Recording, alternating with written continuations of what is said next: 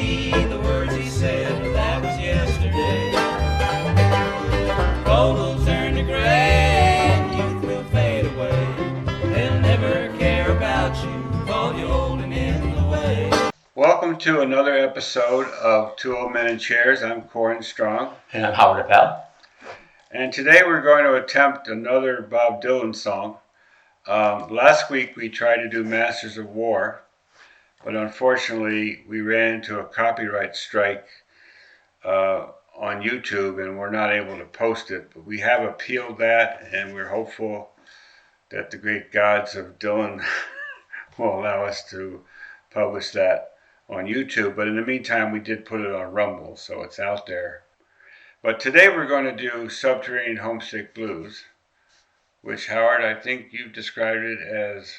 Well, it's a matter of heresy. It'd be almost like saying the Eskimos invented pizza. But for a white man to have invented rap is maybe saying a little too much, because it's supposed to be really a possession of the black culture in America. But, come out and say it, Howard. It's the first rap song. Might be.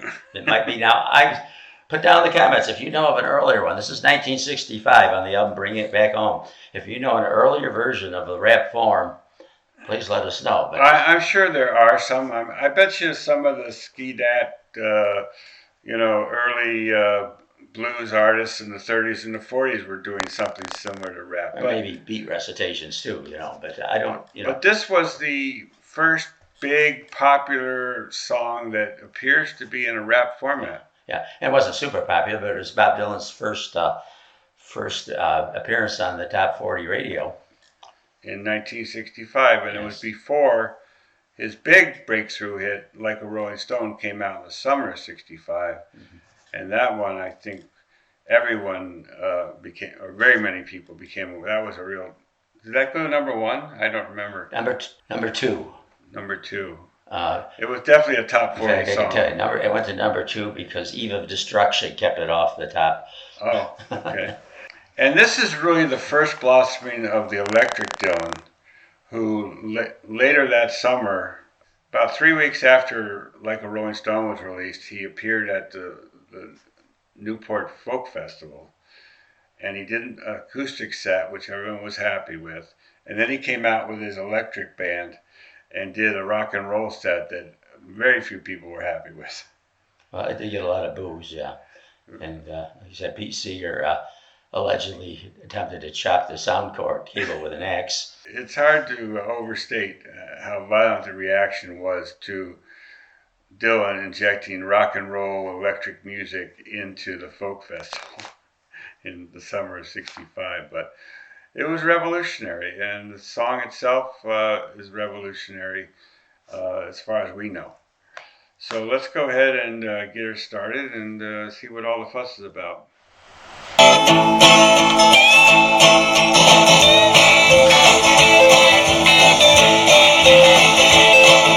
Johnny's in the basement mixing up the medicine. I'm on the pavement thinking about the government. The man in a trench coat, badge out laid off, says he's got a bad cough, wants to get it paid off. Look out, kid, it's something you did.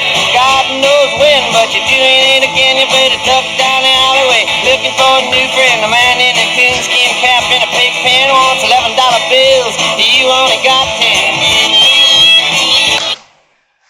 To put this in context, you notice he's not actually singing here, but this is a scene from a movie. Opening scene from Don't Look Back. That they made a documentary about Dylan, mainly about his British tour. Yes. Although this, I think, is maybe taken in New York City.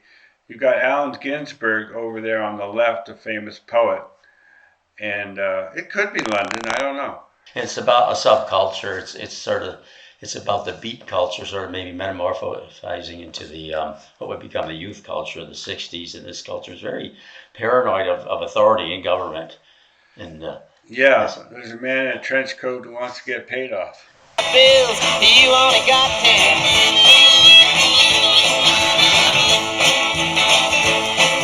Maggie comes fleet-foot, face full of black soot, talking at the heat, put plants in the bed, but the phone's tapped anyway. Maggie says the men say they must bust an early man. Orders from the DA, look out, kid, don't matter what you did, but walk walk on your tiptoes, don't tie no bows. Better stay away from those that carry around a fire hose.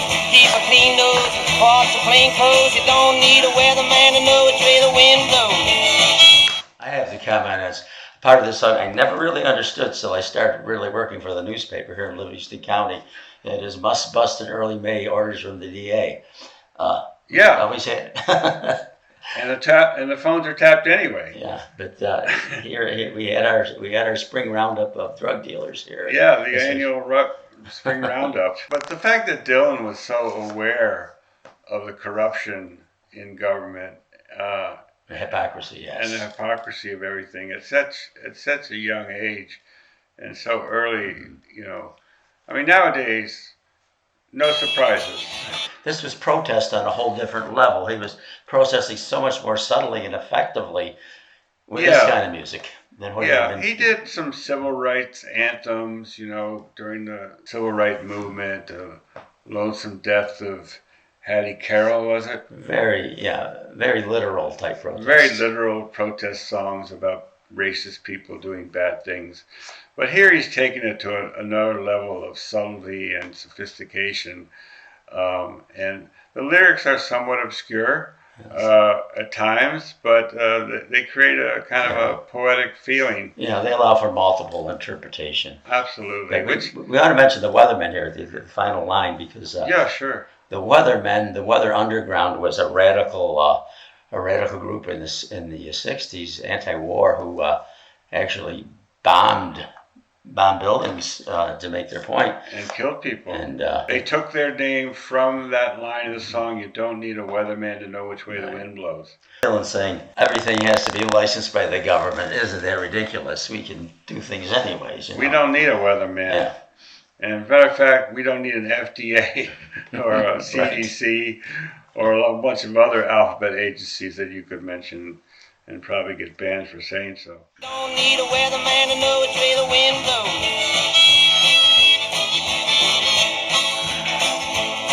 Oh, get sick, get well, hang around the inkwell, hang bell, hard to tell if anything is gonna sell. Try hard, get boxed, get back, ride rail, get jail, jump bail, join the army if you fail. Look out, kid, you're gonna get hit by losers, cheaters, six-time users, hanging around the theaters. Girl by the whirlpools, looking for a new fool. Don't follow leaders, or watch your parking meters. I love the spelling on parking meters. Yeah. And we talked about it in the other episode, and still here, I think you still get that Woody Guthrie pronunciation. A little bit of an oaky, although, he was living in New York City. But Pocket Mitas, that's Boston. So he must have spent some time up there, too. But again, that whole idea of not trusting authority, look out, kid, doesn't matter what you did, they're going to get you. It all went by so fast. So that's the nature of rap songs. Yeah, and interesting, this is the very kind of social commentary people are doing today. Yeah, it's very similar to Tom McDonald's latest, or at least one of his latest. Oh, one other thing I want to mention, look, join the Army. How many, back in that era, when a kid would get in trouble, your regular fine. Oh, sure, you were given a choice. Yeah, that was, okay, do you want to go to jail, or are you going to join the Army? By the whirlpools, looking for a new fool. Don't follow leaders, or watch your parking meters.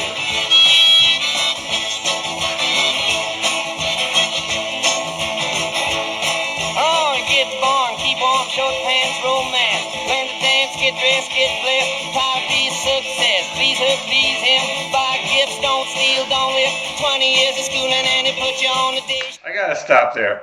What's the difference between that and what Tom McDonald just did in the system? I was thinking exactly. It's gotten a lot worse, but this is the prototype system right here. This is the 1960 circuit. This is what you have to do to. And 20 years of work, and they put you on the day shift. Yeah. You're lucky. This is the system that. Please him, buy gifts, don't steal, don't live.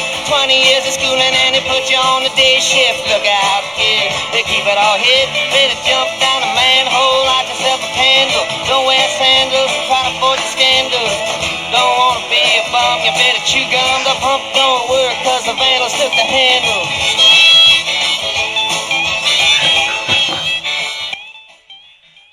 Yeah, and it just brings to the conclusion there, that whole. And that last last line Look is, how they keep it all hid is significant too, I think. they keep it all hid, except more and more people are finding out about what they're trying to keep Yeah, hid. go wear sandals. You know, this was a dropout culture that was happening. Go wear sandals, try to force a scandal. But that line, the pump don't work because the vandals took the handles. Yeah. That's pretty much describing our society today. We got all these vandals running things, and they've stolen all the handles, and nothing is working. But I think Dylan was inspiration for a lot of people to drop out because he kind of unveiled what we were facing, and maybe I don't want to do that. Maybe I want to do something else with my life. You know, Dylan had that enormous cultural effect on so many people. Toward the end of that last verse, Dylan runs by those two lines. Don't wear sandals, try to force a scandal. I think that's him unveiling everything for what it is and maybe suggesting you might want to just drop out of this whole mess. And if there's any one person responsible for the whole creation of the hippie culture, it's probably Bob Dylan. Well, my dad always blamed the Beatles. Yeah. He blamed the Beatles for bringing pot to America, which I don't think was accurate history. No, Bob Dylan introduced pot to the Beatles in New York City. True. So there you go. How do you think your father had against the Beatles was caused by Bob Dylan?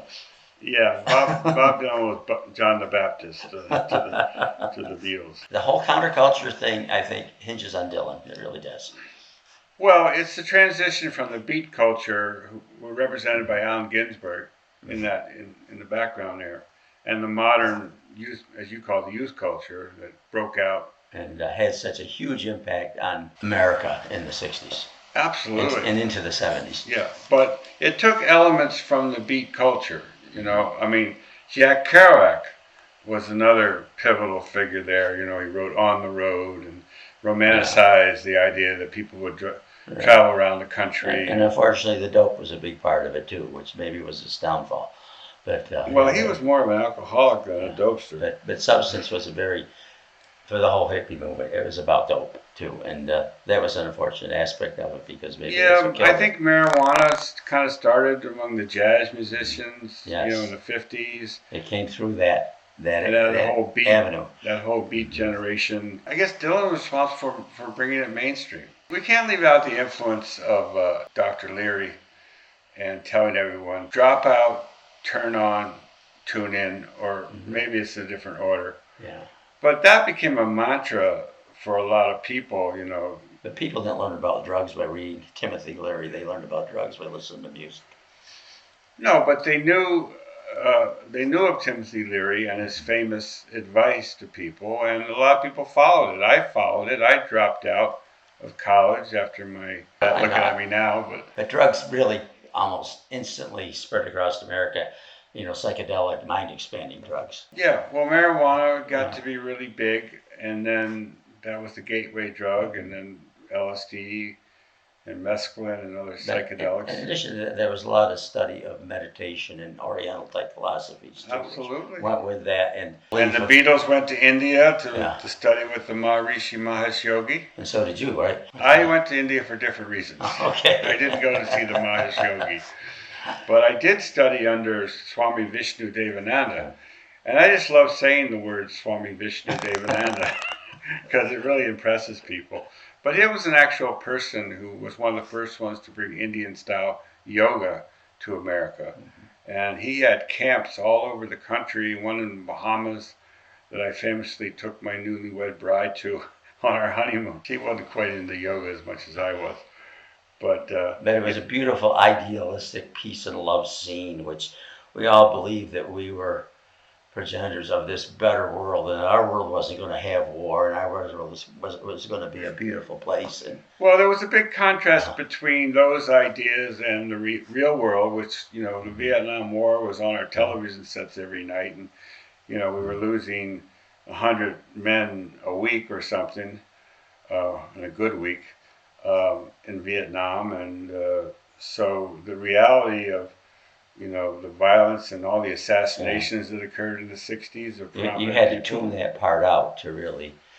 Yeah, that's what we were dropping out from, all that negativity, and trying to find, you know, peace, not only just world peace, but inner peace. People really believed that it was a better way. It was almost a religious experience without without a without Jesus. what brought it to an end. I guess reality brought it to an end. Well, you could say Altamont or Helter Skelter. At some point there, the beautiful hippie dream kind of dissolved into violence and death and drug abuse. And although the ideals are still there, there's still hippies, modern day hippies. I'm still living in the woods. You're still living in the woods, and I'm wearing my hippie shirt today. Well, this is important too because it's a line right in Subterranean Homesick Blues. He says, "Don't follow leaders," and he meant that sincerely, including me. He meant. He hated the fact that people looked to him as almost like the man with all the answers. A Jesus-like figure. And people would come to his house, and because they thought he had some great wisdom to dispense. There's a rumor that he put out that self-portrait album and deliberately did a bunch of crappy songs. Yeah, he wrote to deflate his reputation. Yeah, in the Chronicles, that biography he wrote, Volume 1 Chronicles, he sort of says that. Although like everything else still in it ended up having great significance, what we call Americana today. What all us old guys sit around and play is the stuff on self-portrait. Well, of course, then later on he did 2 albums of Sinatra, which I never could get into. That's the one. I didn't even listen. That's the one part that I couldn't follow him on. But on that self-portrait album, which came out when? Around 70? 70, yeah.